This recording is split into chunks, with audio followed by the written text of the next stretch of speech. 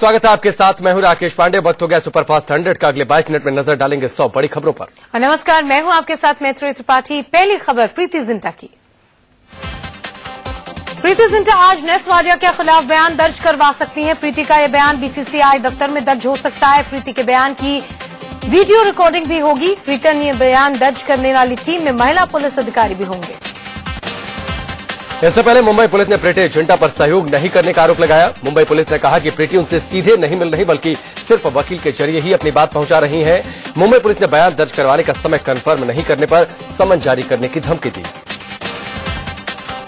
Indian news के पास प्रीति जिंटा से पूछे जाने वाले वो सवालों की लिस्ट है। मुंबई पुलिस पूछेगी कि 30 मई को वानखेड़े स्टेडियम के गरवारे स्टैंड में वो कहां और किस सीट पर बैठी थी। पुलिस ये भी जानेगी कि उनके आसपास कौन बैठा हुआ था। क्या गरवारे स्टैंड की शुरू की 5 कतारें भरी हुई थी। प्रीति जिंटा से पुलिस पूछ सकती है कि जब वो गरवारे स्टैंड के कॉर्पोरेट बॉक्स में गई तो वहां कौन कौन मौजूद था। आखिर नेस वाडिया के साथ झगड़े या बदसलूकी की वजह क्या थी। क्या इससे पहले भी नेस इसी तरीके से पेश आए हैं। दरअसल 12 जून को प्रीति जिंटा ने अपने दोस्त और बड़े कारोबारी नेस वाडिया के खिलाफ छेड़छाड़ और बदसलूकी का आरोप लगाया था। मुंबई के मरीन ड्राइव थाने में प्रीति ने शिकायत दर्ज कराई कि 30 मई को वानखेड़े स्टेडियम में उनके साथ बदसलूकी की गई। दिल्ली विश्वविद्यालय में ग्रेजुएशन कोर्स में आज से होने वाला एडमिशन नहीं होगा। यूजीसी से विवाद के चलते डीयू ने आज जारी करने वाली पहली कट ऑफ लिस्ट टालने का ऐलान किया है। वहीं एसआरसीसी ने जारी की गई लिस्ट को वापस ले लिया है। इससे पहले कल दिल्ली यूनिवर्सिटी में ग्रेजुएशन कोर्स को लेकर मचा विवाद खून खराबे तक पहुंच गया। यूनिवर्सिटी के साउथ कैंपस में छात्र संगठन एबीवीपी के साथ में आए छात्रों की भी पिटाई कर दी गई। एबीवीपी के सदस्यों के इस मामले में एक और छात्र के मुंह और नाक में गंभीर चोट भी आई। बताया जा रहा है कि 4 साल के ग्रेजुएशन कोर्स का समर्थन कर रहे टीचर्स और छात्रों की एबीवीपी ने पिटाई कर दी। दरअसल साउथ कैंपस के ओल्ड गेस्ट हाउस में एक टीवी कार्यक्रम में 3 या 4 साल के कोर्स को लेकर बहस चल रही थी। इसी दौरान एबीवीपी के सदस्य आधम के और 4 साल के कोर्स का समर्थन कर रहे टीचर्स और छात्रों पर फिर पड़े। दिल्ली यूनिवर्सिटी के 4 साल के ग्रेजुएशन कोर्स के खिलाफ राष्ट्रपति भवन की तरफ जा रहे आईसा सदस्यों और पुलिस में जोरदार झड़प हो गई। एचआरडी मंत्रालय के बाहर प्रदर्शन करने के बाद ये लोग राष्ट्रपति भवन की तरफ जाना चाह रहे थे, लेकिन पुलिस ने इन्हें रोक दिया।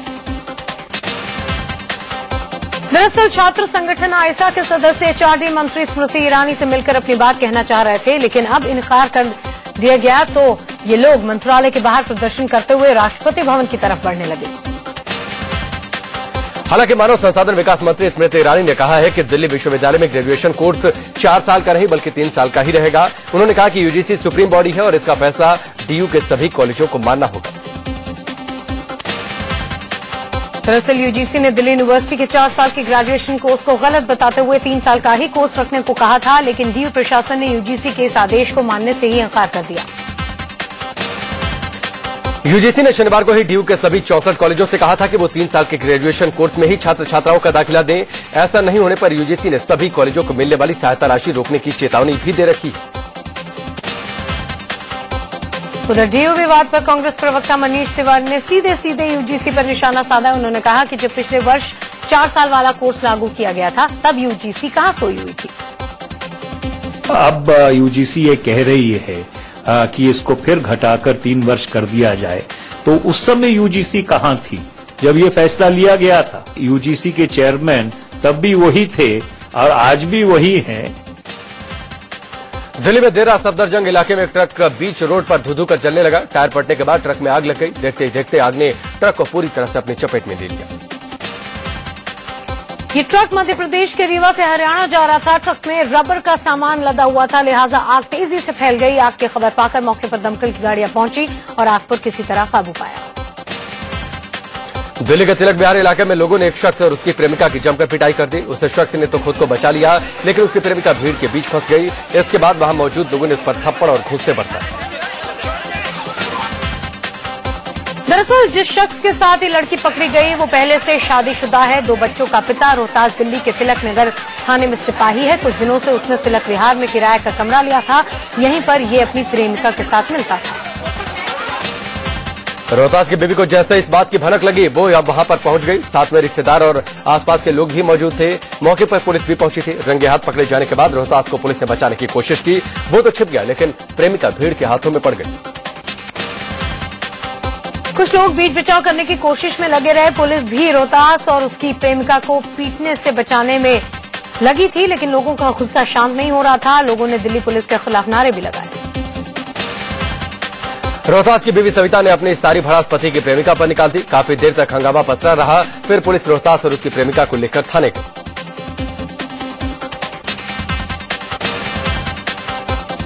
बिहार के औरंगाबाद में बीच सड़क पर जमकर मारपीट हुई। पहले 2 लड़के आपस में भिड़े और देखते ही 4 और लड़के इस मारपीट में शामिल हुए। लोगों की भीड़ तमाशबीन बनकर तमाशा देखती रही और ये लड़के आपस में धनाधन घूंसे चलाते रहे। ऐसा लग रहा था मानो दूसरे की जान लेने के बाद ही दम लेंगे। दरअसल बिहार के औरंगाबाद में हरिहरगंज के नजदीक तेज रफ्तार जायलों ने टेम्पो को टक्कर मार दी, जिससे एक शख्स घायल हो गया। इसके बाद वहां मौजूद लोगों ने जायलो सवार का पीछा कर उसे घेर लिया। भीड़ में मौजूद लड़कों ने जायलो सवार और उसके साथी की जमकर धुनाई कर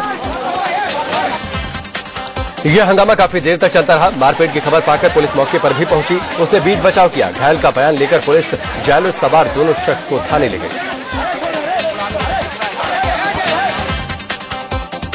आने वाले दिन और महंगे हो सकते हैं। सरकार के एक फैसले से चीनी के दाम में 3 रुपए प्रति किलो का इजाफा हो सकता है। दरअसल सरकार ने चीनी पर आयात शुल्क बढ़ाकर 40% करने का ऐलान किया है, जो फिलहाल 15% है।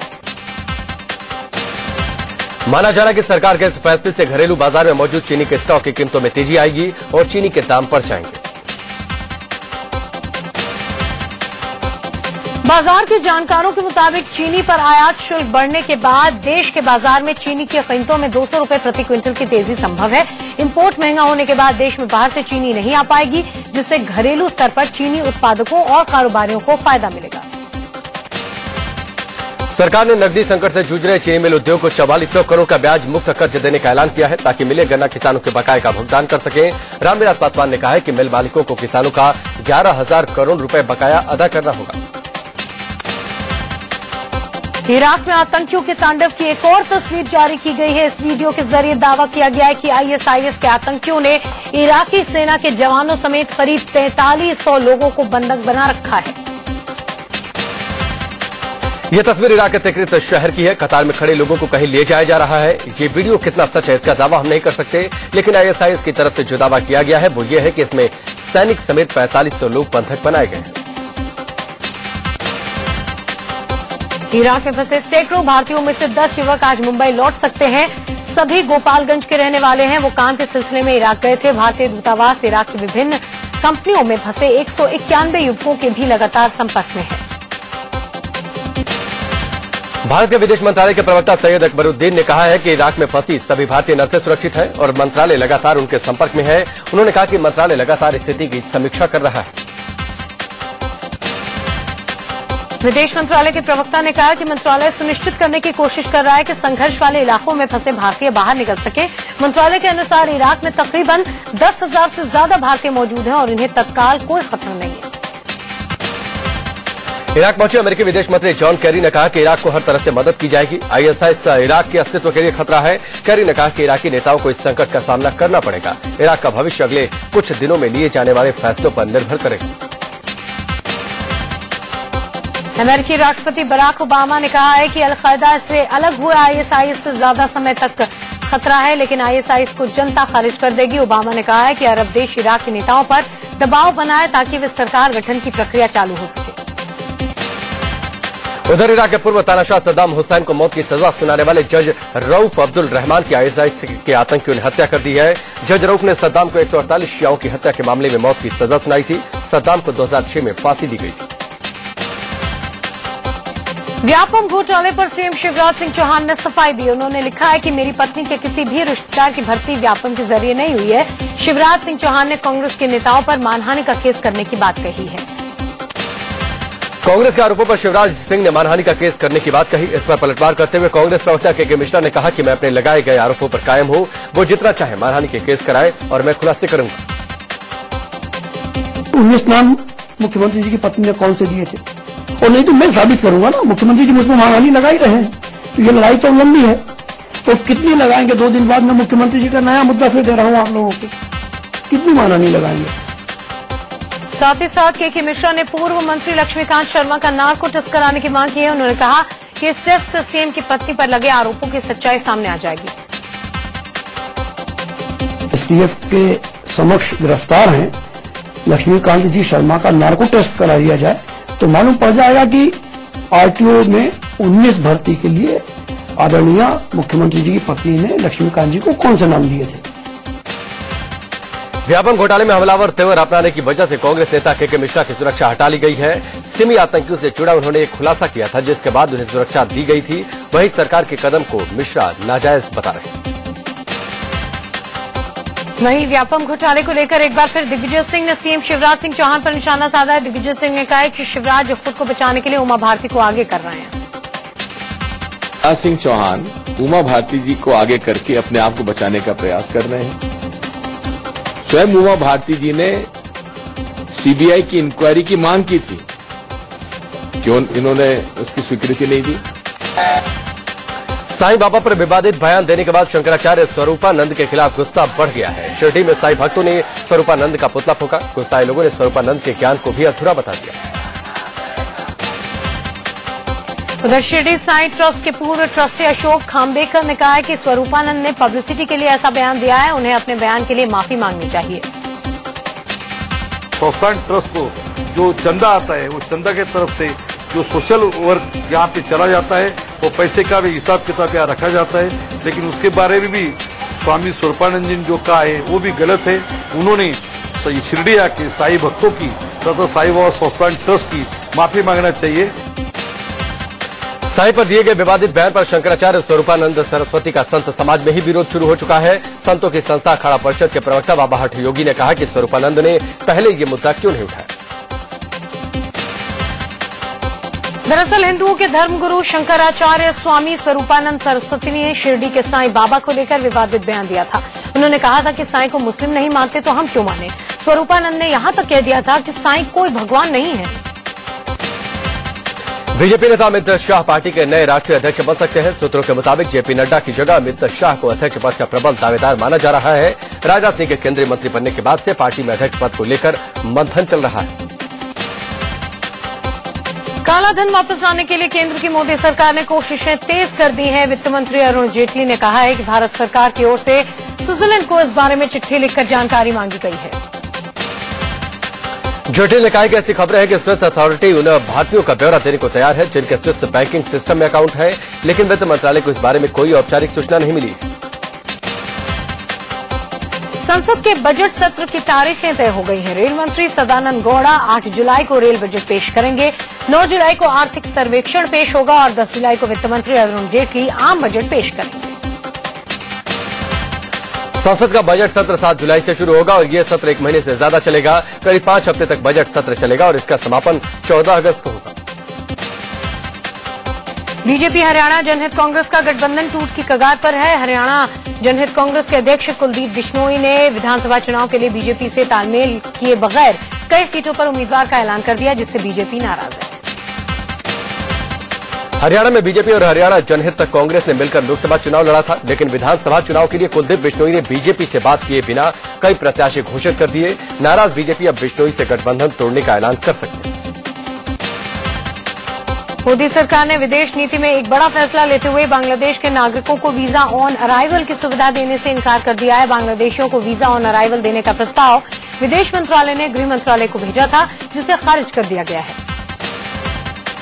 गृह मंत्रालय ने साफ कर दिया है कि किसी भी उम्र के बांग्लादेशियों को बिना वीजा के भारत में प्रवेश की अनुमति नहीं दी जा सकती। बुधवार से शुरू हो रही विदेश मंत्री सुषमा स्वराज की बांग्लादेश यात्रा से पहले विदेश मंत्रालय ने इस मुद्दे पर गृह मंत्रालय की राय मांगी थी। राष्ट्रपति प्रणब मुखर्जी और बीजेपी के वरिष्ठ नेता लालकृष्ण आडवाणी एक दूसरे से गर्मजोशी से मिले। मौका हिंदू इंसाइक्लोपीडिया के विमोचन का था। इस मौके पर राष्ट्रपति प्रणब मुखर्जी आडवाणी का हाथ थामते दिखे। दोनों घंटे भर से ज्यादा वक्त तक साथ साथ बैठे। मुलाकात के इस मौके पर आडवाणी ने बार बार दोहराया कि प्रणब दा मेरे सीनियर हैं और उनके राष्ट्रपति बनने के बाद से मैं संसद में सबसे वरिष्ठ नेता बन गया।